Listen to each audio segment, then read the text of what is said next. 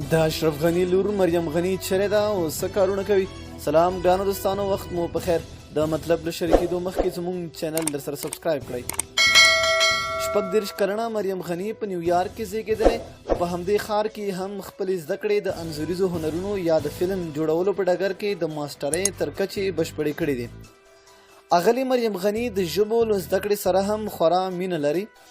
هغه په 7 ژبو خبرې کولی شي، خو وایي د زړه ژبه یې د هنر ژبه ده، که فلم وي که موسیقي، که نڅا وي که انځور او که د معمارۍ هنر. هغه وایي د هنر لارې د خپل پلرنی هیواد سره د اړیکې د ټینګولو لپاره هم وټاکله. له زیات وخت راهیسې افغانستان ته ځم او هلته مې د یو شمېر پروژو کار هم بشپړ کړی دی. هغه څه چې ما ته په زړه پورې دی دا دی چې ما د همدې پروژو له لارې د خپل هیواد سره اړیکې بیا ټینګې کړي او د یوې هنرمند په توګه مې په هیواد کې ډېرې نوې تجربې د هنر د تدریس، د ځوانو هنرمندانو سره د لیدنې کتنې، د فلم د دولتي آرشیف سره د کار او له کارکوونکو سره یې د خبرو له لارې ترلاسه کړې. د افغانستان سره مې اړیکه د هنر، هنرمند او فلم جوړولو نه لوړه او پراخه ده، خو زه فکر کوم چې افغانستان د یوه هنرمند په توګه ډېر ښه پیژنم. مریم غنی د څو کلونو راهیسې د ګڼو پروژو له لارې د یوې هنرمند په سترګه د افغانستان د هنري ارزښتونو پیژندلو ته مخه کړې ده. هغه زیاتوي، هو په افغانستان کې پر دیوالونو د انځور کاږلو ښکلي په زړه پورې ډولونه مخ په دودېدو دي. زه اوس مهال د بهرنګ په نوم د یوه ځوان هنرمند سره مرسته کوم چې هغه وکړی شي د هنري کور په نوم خپل لومړنی کتاب ولیکي.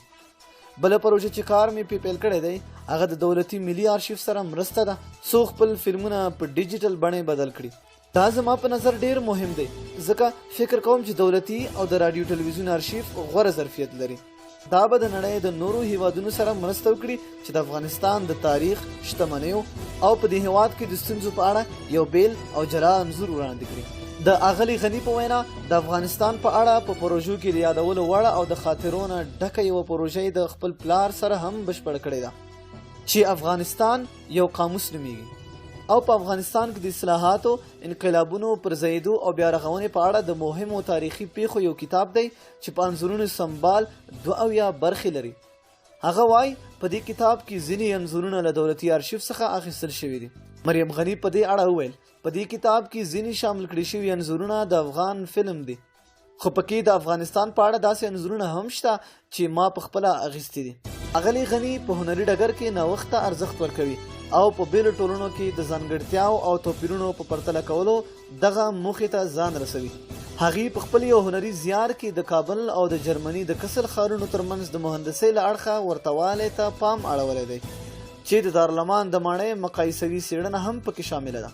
د دې پوښتنې په ځواب کې چې د یو جمهور رئیس د لور په صفت خپل تر ټولو مهم مسؤلیت څه بولي، اغلې مریم په مسکا سره لومړی د خپلې مور د زیار ستاینه وکړه او بیا یې زیاته کړه چې زه فکر کوم مور مې خورا غوره کارونو ته ملا تړلې او زه ورباندې ویاړم، خو کله چې د ځان د مسؤلیت خبره شي نو باید وایم چې زه اوس زیار باسم چې په دې نوې موقف کې ځان د جمهور رئیس د لور په صفت ومومم او ځان په دې نوي ځای کې داسې ومومم چې زما لپاره هم د درک وړ وي. نو که رښتیا ووایي اوس هم مطمئنه نه یم چې څه وکړم.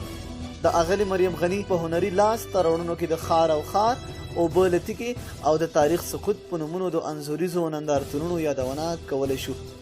مریم غنی د مرکې په مهال د سیاست څخه فاصله نیوله او همدا راز یې د خپل پلار د قومي اړیکو په اړه د خبرو نه ډډه وکړه.